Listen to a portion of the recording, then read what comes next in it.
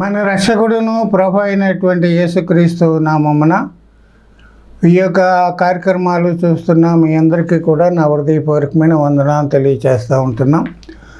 ప్రియులారా, ఈ యొక్క కార్యక్రమాలు మీకు ఆశీర్వాదకరంగా ఉంటున్నాయని నమ్ముతున్నాం. సిలువను కూర్చున్నటువంటి వర్తమానాలు మనం వింటూ వస్తూ ఉంటున్నాం. యేసయ్య సిలువలో పడినటువంటి శ్రమలను బట్టి, ఆ శ్రమలను బట్టి మనకు కలిగినటువంటి ప్రయోజనాలను బట్టి మనం ధ్యానం చేస్తూ వస్తున్నాం. గమనించండి, యేసు ప్రభువారు క్రిస్మస్ లేకపోతే గుడ్ ఫ్రైడే లేదు, గుడ్ ఫ్రైడే కూడా లేకపోతే ఈస్టర్ లేదు, ఈస్టర్ కూడా లేకపోతే రెండవ రాకడ కూడా లేదు, రెండవ రాకడ కూడా లేకపోతే అసలు బైబిలే లేదని తప్పని మనం గమనించాలి. కనుక యేసు ప్రభువారి జీవితంలో ఆయన జన్మము, జీవితము, మరణము, పునరుద్ధానం, రెండవ రాకడ అనేవి క్రైస్తవ జీవితంలో ఆయన ఏ విధంగా అనుభవించాడో అవన్నీ కూడా మనం అనుభవించడానికి దేవుడు కృప చూపించాడు. గమనించండి, దేవుని వాక్యంలో నుంచి కొన్ని విషయాలు మనం జ్ఞాపకం చేసుకుందాం. 2 కొరింథీ పత్రిక 3వ అధ్యాయం 6వ వచనంలో, అక్షరము చంపును కానీ ఆత్మ జీవింప చేయును. అంటే ఒకటి చంపేది, ఒకటి బ్రతికించేది. చంపేది అక్షరం, బ్రతికించేది ఆత్మ. గనుక ప్రియులారా, చంపేది బ్రతికేది దాని గురించి వాక్యం మనకి బోధిస్తుంది. అక్షరం అంటే ప్రియులారా, మన లోక సంబంధంగా మనం చూస్తే చట్టం, రాజ్యాంగం. రాజ్యాంగంలో కొన్ని మనం తప్పు చేస్తే శిక్ష అనుభవించాలి. అదే ఐపీసీ కోడ్లో, ఇండియన్ పీనల్ కోడ్లో తప్పు చేస్తే శిక్ష వస్తుంది.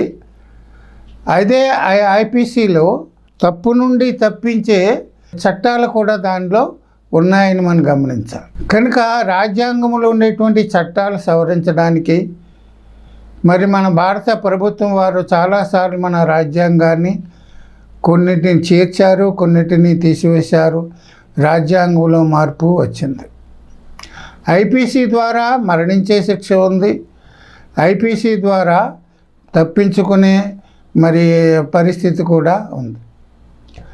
ఇక్కడ బైబిల్లో అక్షరం అంటే అర్థం ఏంటంటే ధర్మశాస్త్రం. పాత నిబంధన కాలంలో ధర్మశాస్త్రం కింద ప్రజలు మోషే దగ్గర నుండి ధర్మశాస్త్రం అమలులోకి వచ్చింది. యోహాను సువార్త 1వ అధ్యాయం 17వ వచనంలో, ధర్మశాస్త్రము మోషే ద్వారా అనుగ్రహింపబడెను, కృపయు సత్యమును యేసుక్రీస్తు ద్వారా కలిగాను. ధర్మశాస్త్రం మోషే ద్వారా సినాయి కొండ మీద దేవుడు 40 దినాలు దేవునితో గడిపి ధర్మశాస్త్రాన్ని, 10 ఆజ్ఞల్ని మరి మోషే మనకి ఇశ్రాయేల్ ప్రజలకి తీసుకుని వచ్చినట్లుగా మనం చూస్తాం. ఆ 10 ఆజ్ఞలే కాదు కానీ మరి మానవుడు దేవుని పట్ల ఎలా ఉండాలి, భక్తి జీవితం ఎలా ఉండాలి, దేవుణ్ణి ఏ విధంగా గౌరవించాలి, ప్రియులారా మానవ జీవితం ఎలా జీవించాలి, మరి మానవుడు ఎటువంటి మరి తప్పులు చేస్తే ఎటువంటి శిక్షలు వస్తాయి అనే విషయాలు మరి ధర్మశాస్త్రంలో మనకి వ్రాయబడ్డాయి. తప్పు చేస్తే శిక్ష పాత నిబంధన కాలంలో ధర్మశాస్త్రం అమలులో ఉండేది. ఉదాహరణకి ప్రియులరా, ధర్మశాస్త్రంలో మానవుడు తప్పు చేస్తే శిక్ష ఉంటుంది. తప్పు నుండి తప్పించుకోవడానికి కూడా కొన్ని మార్గాలు కూడా దేవుడు ధర్మశాస్త్రంలో ఏర్పాటు చేశాడు. ఒకడు విశ్రాంతి దినాన్ని పాటించకుండా పొలాలు ఏరుకోవడానికి పొలంలోకి వెళ్తే ఇశ్రాయేల్ ప్రజలు అతను చూసి మోషేతో చెప్పినప్పుడు మోషే దేవునికి తెలియజేశాడు, అయ్యా మరి విశ్రాంతి దినాన్ని పాటించలేదు, వాడిని ఏం చేయమంటే దేవుడు ఏం చెప్పాడంటే వాడిని రాళ్లతో కొట్టి చంపమన్నాడు.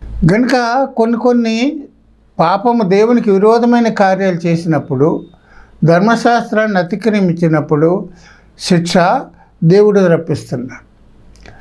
అలాగే ఆ పాపాల నుండి తప్పించబడ్డానికి దేవుడు బలులను కూడా ధర్మశాస్త్రంలో ఏర్పాటు చేశాడు. పాప పరిహారార్థ బలులని, అపరాధ పరిహారార్థ బలులని, ఇలా ఎన్నో రకాలుగా దహన బలులని, ప్రతిష్టార్పణలని, ఈ విధంగా కొన్ని మరి బలుల ద్వారా దేవుడు పాపాన్ని పరిహరించడానికి కృప చూపించాడు. ఎప్పుడైతే ఈ బలులు అర్పించారో ఆ బలుల వల్ల తాత్కాలికంగానే వారికి విమోచన కలిగేది, కానీ ఆ తర్వాత మరలా వాళ్ళు పాపం చేసేవారు, మళ్ళా బలులు అర్పించేవారు. ఈ విధంగా నిరంతరము కూడా మాటి మాటికి కూడా బలులు అర్పించేవారు. కనుక ప్రియులారా, ధర్మశాస్త్రం వల్ల మానవుడు మరి తప్పు చేసినప్పుడు, పాపం చేసినప్పుడు వాడికి శిక్ష విధించమని ధర్మశాస్త్రం చెప్తుంది. అక్షరము చంపుతుంది, ఆత్మ జీవింప చేస్తుంది. యేసుప్రభువారు ఈ లోకంలో ఉంటున్నప్పుడు ఆయన ఒకసారి దేవాలయంలోకి వెళ్ళాడు. వాక్యం బోధిస్తూ ఉంటున్నప్పుడు శాస్త్రులు పరిసయ్యులు ఏం చేశారంటే, యోహాను సువార్త 8వ అధ్యాయం 1వ వచనం నుండి 11 వచనాల వరకు ఒక సంఘటన మనం చూస్తాం. శాస్త్రులు పరిసయ్యులు ఒక స్త్రీని తీసుకొచ్చి ఏమంటారంటే, అయ్యా, ఈ స్త్రీ వ్యభిచారము చేయుచుండగా పట్టుబడింది, రాళ్లతో కొట్టి చంపాలని మోషే ధర్మశాస్త్రంలో చెప్పాడు గనుక మరి నువ్వేమి చెప్తావని యేసయ్యను అడిగారు. ధర్మశాస్త్రం ఏం చెప్తుందంటే, వ్యభిచారం చేసేవారిని, ఆమె వ్యభిచారం చేయకముందు పట్టుబడలేదు, వ్యభిచారం చేసిన తర్వాత పట్టుబడలేదు. వ్యభిచారం చేస్తుండగా అంటే ఒక పురుషుడు స్త్రీ అక్కడ పాపం చేస్తుండగా పట్టుబడింది. కానీ వీళ్ళు ఎవరిని తీసుకొచ్చారు? స్త్రీని మాత్రమే తీసుకొచ్చారు. మరి పురుషుడు ఏమయ్యాడు అంటే వాళ్ళ దగ్గర జవాబు లేదు. బహుశా పురుషుడు ఏదో మరి రాజకీయ నాయకుడు కుమారుడై ఉండొచ్చు, ఆస్తి గలవాడై ఉండొచ్చు, హోదా ఉన్న కుమారుడై ఉండొచ్చు, మంచి వర్గానికి, ఉన్నతమైన వర్గానికి చెందిన వాడై ఉండొచ్చు. కనుక ఈనాడు పరిస్థితుల్లో కూడా, ఈనాడు సంఘంలో, సమాజంలో కూడా స్త్రీల మీద అత్యాచారాలు జరుగుతున్నాయి ప్రియులరా. మరి ముఖ్యంగా మైనారిటీ వర్గాల మీద, మరి ఆర్థికంగా వెనుకబడిన వారి మీద, సంఘంలో, సమాజంలో దిక్కులేని వారు, అనాథలైన వారు, మరీ విశేషంగా దివ్యాంగుల మీద కూడా ఈనాడు అత్యాచారాలు జరుగుతున్న పరిస్థితిని మనం చూస్తాం. అయితే బాధితురాలే తెర మీదకి వస్తుంది, కానీ అత్యాచారం చేసినటువంటి వ్యక్తి మాత్రం బయటికి రావడం లేదు, తెర మీదకి రావడం లేదు. బహుశా వాడు ఎవడో రాజకీయ కుమారుడై ఉండొచ్చు, ఆస్తి గలవాడై ఉండొచ్చు, మరి పలుకుబడి ఉన్నవాడై ఉండొచ్చు, మరి పరపతి ఉన్నవాడై ఉండొచ్చు, సంఘంలో, సమాజంలో మంచి పేరు కలిగిన కుమారుడై ఉండొచ్చు. కనుక వారి పరువు పోతుందని చెప్పి వారిని బయటికి రానివ్వకుండా మరి ప్రభుత్వం ద్వారా కానివ్వండి, రాజకీయ ఒత్తిడిల ద్వారా కానివ్వండి, వారు మాత్రం బయటికి రావడం లేదు. ఆనాడు జరిగింది, ఈనాడు కూడా జరుగుతుంది. బాధితులే ఈనాడు బయటికి వస్తుంది. కనుక ఇప్పుడు ధర్మశాస్త్రం రాళ్లతో కొట్టమని చంపమని చెప్తున్నా, నువ్వేం చెప్తావన్నారు. కనుక మరి ఆ ధర్మశాస్త్ర ప్రకారంగా ఆమెను రాళ్లతో కొట్టి చంపాలి. కానీ యేసుప్రభువు వారు ఏమన్నారంటే, నేను ధర్మశాస్త్రాన్ని నెరవేర్చడానికి వచ్చాను కానీ దాన్ని కొట్టివేయడానికి నేను రాలేదన్నారు. ఆయన సమాధానం ఏమీ చెప్పకుండా మరి నేల మీద ఏదో వ్రాస్తున్నట్లుగా మన వాక్యంలో చూస్తున్నాం. వారు పదే అడుగుతూ ఉంటున్నప్పుడు యేసుప్రభువు వారు ఏమన్నారంటే, మీలో పాపము లేనివాడు ఆమె మీద మొట్టమొదట రాయి వేయండని చెప్పారు. ఆమెను రాళ్లతో కొట్టి చంపడానికి పెద్దవారు మొదలుకొని చిన్నవారి వరకు కూడా చేత్తో రాళ్ళు పట్టుకొని దేవాలయంలోకి వచ్చారు. ఆయన నేల మీద ఏమో రాస్తున్నాడు, ఏం రాస్తాడో మనకు తెలియదు. ఆయన ఏం చెప్పాడంటే, మీలో పాపము లేనివాడు మొదట ఆమె మీద రాయి వేయండి అని చెప్పినప్పుడు వారందరూ కూడా ప్రియులరా, ఆయన చెప్పిన మాటను బట్టి కానివ్వండి, లేకపోతే ఆయన కింద రాసిన వ్రాతను బట్టి కానివ్వండి, వారందరూ కూడా ఆవేశంతో, కోపంతో, ఉద్రేకంతో వచ్చిన వారందరూ కూడా తాము తెచ్చిన రాళ్ళన్నీ కూడా అక్కడే పడేసి బయటికి వెళ్ళిపోయినట్లుగా మనం చూస్తాం. ప్రియులరా, సమాజంలో ఏంటంటే హిందూ గుడులు కానివ్వండి, క్రైస్తవ దేవాలయాలు కానివ్వండి, ముస్లిముల యొక్క మసీదులు కానివ్వండి, లేకపోతే మరే ఇతర మత సంస్థల ఆరాధనా స్థలాల్లో కానీ ఎవరో కూడా మరణాదాయాలు తీసుకొని రాకూడదు. బైబిల్ ఏం చెప్తుందంటే దేవాలయములో హత్యలు చేయకూడదని బైబిల్ చెప్తుంది. కనుక వాళ్ళందరూ కూడా రాళ్ళు మరి అక్కడే వదిలిపెట్టేసి వెళ్ళిపోయినట్లుగా మనం చూస్తాం. పుట్టినోట్ల కింద ఏమంటుందంటే వారు మనస్సాక్షి చేత గద్దించబడి వెళ్ళిపోయినట్లుగా మనం చూస్తూ ఉంటున్నాం. గమనించండి, ఇప్పుడు ధర్మశాస్త్రం గురించి మనం ఆలోచిస్తున్నాం. అక్షరము చంపుతుంది. ధర్మశాస్త్రం ఏమి చెప్పుతుంది? పాపం అంటే ఏంటో చెప్తుంది, కానీ పాపము నుండి పాపముకు రావాల్సిన శిక్షను గురించి చెప్తుంది, కానీ పాపము నుండి విమోచన కలిగించలేదు అని మనం వాక్యంలో చూస్తూ ఉంటున్నాం. అంత మాత్రమే కాదు, గలతీ పత్రిక 3:21 జీవింపచేయు శక్తి గల ధర్మశాస్త్రం ఇయ్యబడి ఉండిన యెడల నీతి ధర్మశాస్త్రం వలననే కలుగును. మోషే ద్వారా వచ్చిన ధర్మశాస్త్రం బ్రతికించేదైతే నీతి ధర్మశాస్త్రం వల్లనే కలుగుతుంది. కానీ ధర్మశాస్త్రం బ్రతికించడం లేదు మానవుడిని. ధర్మశాస్త్రం చంపుతుంది మానవుడిని. కనుక ఆ విధంగా మనకి నీతి రాదు, మనం నీతిమంతులుగా తెచ్చివాడం. దాన్ని పొడిగిస్తూ పౌలు ఇంకేం చెప్పాడంటే ధర్మశాస్త్రము నెరవేర్చుట వలన ఎవరూ కూడా నీతిమంతులుగా తీర్చబడరు. ధర్మశాస్త్రం అనుసరించి నడుచుకున్న వాడెవడూ కూడా నీతిమంతుడిగా తీర్చబడరు. కనుక ధర్మశాస్త్రం మానవుడిని నీతిమంతుడిగా తీర్చలేకపోయింది, పాపం నుండి విడుదల కలిగించలేకపోయింది. రోమాపత్రిక మరి హెబ్రీ పత్రిక 7:19 ధర్మశాస్త్రము దేనికి నీ సంపూర్ణ సిద్ధి కలుగ చేయలేదు. దేనికి కూడా శాశ్వతమైనటువంటి పరిష్కారం ధర్మశాస్త్రంలో లేదు. అంతా కూడా తాత్కాలికమైన ఉపశమనమే, కానీ అప్పటికప్పుడు మరి ఆ పరిహారం కలిగించే పరిస్థితే, కానీ శాశ్వతమైనటువంటి పరిష్కారం ధర్మశాస్త్రములో లేదు అని వాక్యం ద్వారా చూస్తున్నాం. కనుక ధర్మశాస్త్రము మానవుణ్ణి చంపుతుంది. మానవుడు కూడా ఏమంటారు, చంపేయండి చంపేయండి అని రాళ్ళు పట్టుకున్న వాళ్ళు వచ్చారు. కానీ యేసయ్య ప్రియులరా వాక్యం ఏం చెప్తుందంటే యోహాను సువార్త 8:8 వాళ్ళందరూ కూడా రాళ్ళు అక్కడ పెట్టి గుట్ట కింద వేసేశారు. ఆ స్త్రీ నిలబడింది, యేసు ఒక్కడే.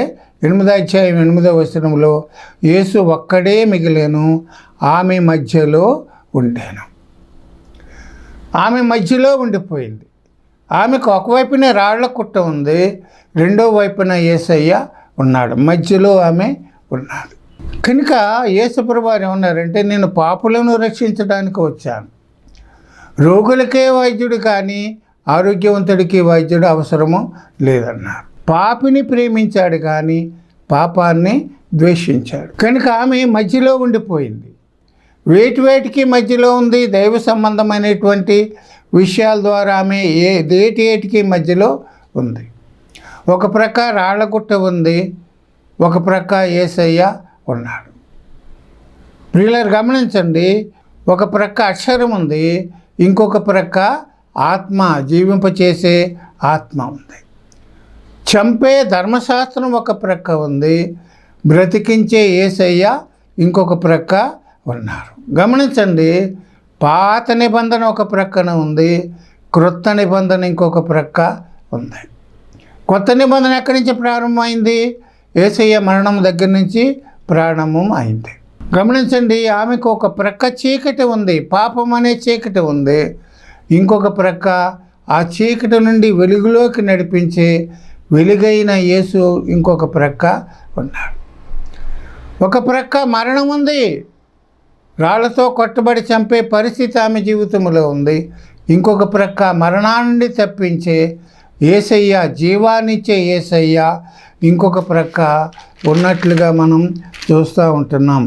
చంపేది ఒక ప్రక్కన ఉంది, బ్రతికించేవాడు ఇంకొక ప్రక్క ఉన్నట్లుగా మనం చూస్తున్నాం. శిక్ష ఒక ప్రక్కన ఉంది, శిక్ష నుండి తప్పించే రక్షించే యేసయ్య ఇంకొక ప్రక్క ఉన్నాడు. ఆమె మధ్యలో నిలబడిపోయి, ఈనాడు ఈ మాటలు ఉంటున్న మనం కూడా మధ్యలోనే ఉన్నాం. ఒక ప్రక్క శిక్ష ఉంది, పాపం చేస్తే శిక్ష ఉంది. ఇంకొక ప్రక్క ఆ శిక్ష నుండి తప్పించే యేసయ్య ఇంకొక ప్రక్క. ఇప్పుడు నువ్వు ఏ ప్రక్కకి వెళ్ళాలని ఆశపడుతున్నావు? ఆ స్త్రీతో అన్నాడు, అయ్యా అమ్మా ఎవరూ లేరా, నీకెవరు శిక్ష విధించలేదంటే ఆమె అన్నది, అయ్యా మన ఎవరు కూడా శిక్షించలేదు అని అంటే యేసుప్రభువు వారు ఏమన్నారంటే, నేనును నీకు శిక్ష విధించను, ఇకను పాపము చేయకు. ఆ సందర్భంలో మనం గమనించాల్సింది ఏంటంటే, ఆ యేసుప్రభువు వారు ధర్మశాస్త్రాన్ని నెరవేర్చాడు. ఏ విధంగా నెరవేర్చాడు? ధర్మశాస్త్రం రాళ్ళు వేసి కొట్టమని చంపమన్నది, యేసుప్రభువు వారు కూడా రాళ్ళు వేయమన్నారు. ధర్మశాస్త్రాన్ని నెరవేర్చాడు. రాళ్ళు వేయొద్దు అంటే ధర్మశాస్త్రాన్ని నెరవేర్చినట్టు కాదు. కనుక ఆయన ధర్మశాస్త్రాన్ని నెరవేర్చాడు. అంత మాత్రమే కాదు, ఆమెను రక్షించినట్లుగా మనం వాక్యంలో చూస్తూ ఉంటున్నాం. గమనించండి ప్రియులారా, ఆయన మన పాపముల కొరకు ఆయన శరీరాన్ని ధరించి ఆయన ఉండే స్థానంలో మనల్ని పెట్టి మన ఉండే స్థానంలోకి ఆయన వచ్చాడు. గనుక ప్రియులారా, యేసయ్య సిలువలో చేసిన కార్యం ఏంటంటే, మనముండే ఆ మధ్యలో ఉండే స్థానానికి ఆయన వచ్చాడు. ఆయన ఉండే స్థానంలోకి మనల్ని నడిపించాడు. తండ్రి కొడుకులు ఇద్దరు కూడా బజారంటే వెళ్ళిపోతూ ఉంటున్నప్పుడు తండ్రి చేయి కుమారుడు పట్టుకున్నాడు. అమ్మ అయ్యా నువ్వు ఎక్కడికి నా చేయి విడిచిపెట్టొద్దు, ఇదిగో లారీలు వస్తున్నాయి, ట్రాఫిక్ హెవీగా ఉంది, నువ్వు నా చేయి విడిచిపెట్టావంటే వెళ్ళిపోయావంటే నీకు ప్రమాదం వస్తుందని తండ్రి చెప్పినప్పుడు కుమారుడు తండ్రి చేయి వదిలిపెట్టేసి తండ్రికి దూరంగా వెళ్ళిపోయాడు. ఈనాడు ఎదురుగుండా ఒక లారీ వస్తుంది. లారీ క్రింద కుమారుడు పడబోతున్నప్పుడు తండ్రి ఏం చేశాడంటే, ప్రియులారా, గబాలిన కుమారుని చేతి పట్టి ప్రక్కకు లాగి ఆ పరిస్థితుల్లో కుమారుడు ఉండే స్థానంలోకి తండ్రి వెళ్ళిపోయాడు. తండ్రి మీద నుంచి లారీ వెళ్ళిపోయింది. కుమారుని బ్రతికించడానికి తండ్రి కుమారుని కోసం చనిపోయాడు. యేసుప్రభువు చేసింది అది. నీవు నేను మధ్యలో ఉన్నప్పుడు, శిక్షకు పాత్రలం అవుతున్నప్పుడు, అక్షరం మనల్ని చంపుతున్నప్పుడు, ధర్మశాస్త్రం మన మీద అధికారం చేస్తూ ఉంటున్నప్పుడు, ధర్మశాస్త్రం యొక్క మరి శిక్షకు మనం గురవుతున్నప్పుడు యేసయ్య మన శిక్షను భరించి మనం ఉండే స్థానంలోకి ఆయన వచ్చి ఇష్టపడి వచ్చాడు. ఆయన మనల్ని ప్రేమించి ఆయన ఇష్టపడి వచ్చాడు కనుక ఆయన ఉండే స్థానంలో మనల్ని పెట్టాడు. మనం ఉండే స్థానంలోనికి ఆయన వచ్చాడు. సిలువలో మరణించాడు. ఉదయం 9 గంటలు మొదలుకొని మధ్యాహ్నం 3 గంటల వరకు కూడా ఆయన సిలువలో వేలాడి రక్తము కార్చి చనిపోయినట్లుగా మనం చూస్తూ ఉంటున్నాం. గమనించిన ప్రియులారా, యేసుప్రభువు వారు సిలువలో ఏం చేశారంటే, రోమపత్రిక 8వ అధ్యాయం 2వ వచనం, ధర్మశాస్త్రము దేనిని చేయజాలకపోయినదో దేవుడు దానిని చేసెను. ధర్మశాస్త్రం మానవుని బ్రతికించలేకపోయింది, కానీ దేవుడు సిలువలో దానిని చేశాడు. ధర్మశాస్త్రాన్ని నిరర్థకం చేసి ప్రియులరా, గలతీ పత్రిక 4వ అధ్యాయం 5వ వచనంలో ఆయన స్త్రీ యందు పుట్టి ధర్మశాస్త్రమునకు లోబడి ఉన్న వారిని విడిపించుటకు, ధర్మశాస్త్రమునకు లోబడిన విడిపించుటకు ఆయన వచ్చాడు. ధర్మశాస్త్రానికి లోబడ్డాడు. ఆయన ధర్మశాస్త్రాన్ని లోబడి ఉండే వారిని విడిపించుటకు ఆయన కూడా ధర్మశాస్త్రానికి లోబడ్డాడు. ధర్మశాస్త్రం నెరవేర్చాడు. మనల్ని ధర్మశాస్త్రం నుండి విడిపించడానికి, అక్షరము నుండి విడిపించడానికి ఆయన కూడా ధర్మశాస్త్రానికి లోబడినట్లుగా మనం చూస్తూ ఉంటున్నాం. కొలసీ పత్రిక 2వ అధ్యాయం 15వ వచనంలో, మీరు మృతులై ఉండగా దేవుడు వ్రాతపూర్వకమైన ఆజ్ఞల వలన మన మీద రుణముగాను విరోధముగాను ఉండిన పత్రమును మేకులతో సిలువకు కొట్టి దాని మీద చేవ్రాతను తుడిచి వేసి మన అపరాధములను క్షమించి ఆయనతో కూడా మిమ్మను జీవింప చేశాను. ధర్మశాస్త్రాన్ని మనకు విరోధంగా ఉన్న ధర్మశాస్త్రాన్ని, మరణానికి నడిపిస్తున్న ధర్మశాస్త్రాన్ని సిలువలో మేకులతో కొట్టి దాని మీద ఉండే చేవురాతను తుడిచివేసి మన అపరాధములను క్షమించి ఆయనతో కూడా మనల్ని బ్రతికించాడు. సిలువలో ఆయన పొందిన మరణాన్ని బట్టి మనకి జీవము కలిగినట్లుగా మన వాక్యంలో చూస్తూ ఉంటున్నాం. గమనించండి ప్రియులారా, యేసుప్రభువు తను అప్పగించబోయే రాత్రి మేడగదిలో పస్కాను ఆచరించాడు. ఆచరించిన తర్వాత ప్రియులారా, ఆయన రొట్టెను పట్టుకున్నాడు. ఇది నా శరీరం అన్నారు, దీన్ని భుజించండి, దీన్ని భుజించినప్పుడల్లా నన్ను జ్ఞాపకం చేసుకోమని చెప్పారు.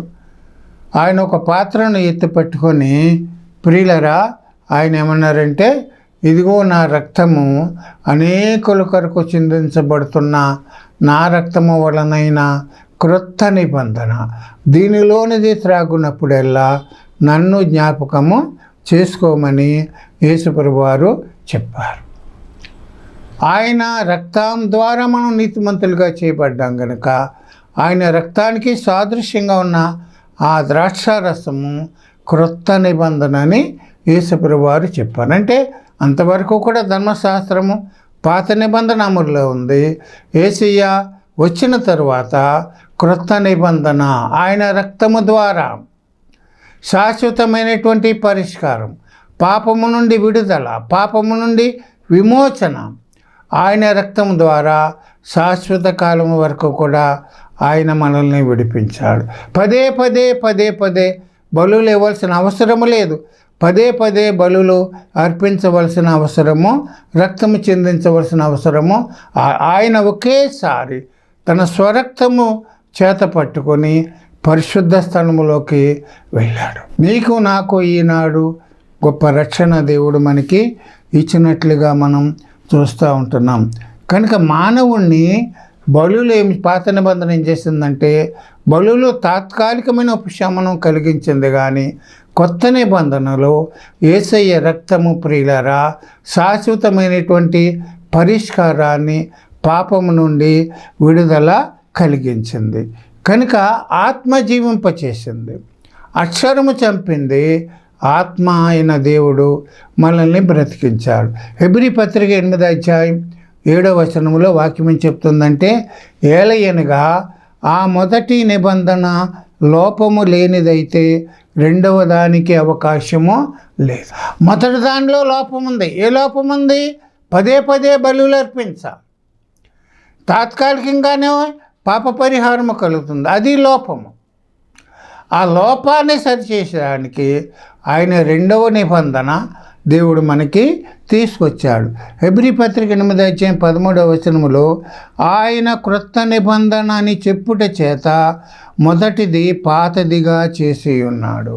ఇప్పుడు కొత్త చొక్కా కొనుక్కున్నాం, పాత దాంట్లో టైట్ అయిపోవచ్చు, లూజ్ అవ్వచ్చు, లేకపోతే పొట్టిదవ్వచ్చు, పొడిగవ్వచ్చు, ఏదో ఒక లోపం ఉంది పాత చొక్కాలో. ఆ పాత చొక్కా తీసేసి ఇప్పుడు కొత్త చొక్కా కొనుక్కున్నాం, మరలా పాత దాన్ని మనం ఉపయోగించం. అలాగే పాత నిబంధన కూడా దాన్ని పాతదిగా చేశాడు. ఇంకా కొంచెం ముందుకు వెళ్తే హెబ్రీ పత్రిక 10వ అధ్యాయం 9వ వచనములో ఆ రెండవ దానిని స్థిరపరచుటకు మొదటి దానిని కొట్టివేసి ఉన్నాడు. మొదటి దాన్ని కొట్టివేశాడు, ధర్మశాస్త్రాన్ని కొట్టివేశాడు. ఇప్పుడు క్రొత్త నిబంధన మనంలోకి వచ్చాం. కొత్త నిబంధన క్రైస్తవులు మనం. అయితే పాత నిబంధన ఎందుకుంది బైబిల్లో అని కొంతమంది అడుగుతారు. పాత నిబంధన కొట్టేస్తే మరి పాత నిబంధన ఎందుకు బైబిల్లో ఉందంటే, బైబిల్ ఏం చెప్తుందంటే పాత నిబంధనలో ఉన్నటువంటి విషయాలన్నీ కూడా మనకి దృష్టాంతములుగా వ్రాయబడ్డాయి. భక్తుల జీవితాల గురించి, మనుషుల జీవితాల గురించి, వారు తప్పు చేస్తే ఏ విధంగా ఉంది, మంచి చేస్తే ఏ విధంగా దేవుడు ఆశీర్వదించాడు, వారి జీవితాల యొక్క మరి విషయాల గురించి మనం అర్థం చేసుకోవడానికి పాత నిబంధన మనకి ఉంది. దేవుడు సిలువలో పాత నిబంధనను కొట్టివేశాడు. కానీ ఇంకా కొంచెం వివరంగా 2వ కొరింథీ పత్రిక 3వ అధ్యాయం 14వ వచనంలో మరియు వారి మనసులు కఠినములైన గనుక నేటి వరకు పాత నిబంధన చదవబడినప్పుడు అది క్రీస్తునందు కొట్టివేయబడినదని వారికి తేటపర బరచ పడక ఆ ముసిగే నిలిచి ఉన్నది. కొంతమందికి అర్థం కావడం లేదు, పాత నిబంధన దేవుడు కొట్టివేశాడని. ఇంకా వాళ్ళకి అర్థం కాక ముసుగులోనే ఉన్నారు. ఆ ముసుగులోనే ఉన్నప్పుడు ఉన్నంతకాలం కూడా పాత నిబంధన అమల్లో ఉంది, పాత నిబంధన పాటించాలని చెప్తూ ఉంటారు. కానీ ఆ ముసుగు ఎప్పుడైతే నేటి వరకు మోషే గ్రంథము వారు చదువుబడుచున్నప్పుడు ముసుగు వారి హృదయం మీద ఉన్నది గనుక వారి హృదయం ప్రభు వైపు ఎప్పుడు తిప్పబడునో అప్పుడు ఆ ముసుగు తీసివేయ. ఎప్పుడైతే వారి హృదయాలు ప్రభు వైపు తిరుగుతాయో అప్పుడు ఆ ముసుగు తీసివేయబడి కొత్త నిబంధనలోకి వారు వస్తారు. కనుక పౌలు ఇంకా ఏం చెప్తాడంటే, ప్రభువే ఆత్మ, ప్రభు యొక్క ఆత్మ ఎక్కడైతే ఉంటుందో అక్కడ స్వాతంత్ర్యము ఉండునని చెప్పాడు. కనుక ప్రియులరా, అక్షరము చంపింది, ధర్మశాస్త్రం చంపింది. ధర్మశాస్త్రం దేనికి కూడా సంపూర్ణ సిద్ధి కలిగి చేయలేదు. బ్రతికించే ధర్మశాస్త్రం కాదది, శిక్షించే ధర్మశాస్త్రం. కనుక ప్రియులరా, యేసయ్య ఆ స్త్రీని శిక్షించలేదు. కానీ ఆ స్త్రీ యేసయ్య ఒక్కడే ఆమె మీద రాళ్ళు వేయవలసిన పరిస్థితి. ఏం చేతంటే ఆయన తప్పు చేయలేదు కనుక, పాపం చేయలేదు కనుక ఆయన రాళ్ళు వేసరవలసినటువంటి యోగ్యత ఉంది. కానీ పాపిని రక్షించడానికి ఆయన వచ్చాడు కనుక యేసుప్రభు అన్నారమ్మా, నేను కూడా నీకు శిక్ష విధించను. ఇక ముందు నువ్వు పాపం చేయదు. ఇక ముందు నువ్వు పాపం చేస్తే నేను రక్షించేవారు ఎవరు లేరు. కనుక ఆ స్త్రీ ఆ విధంగా రక్షించబడింది.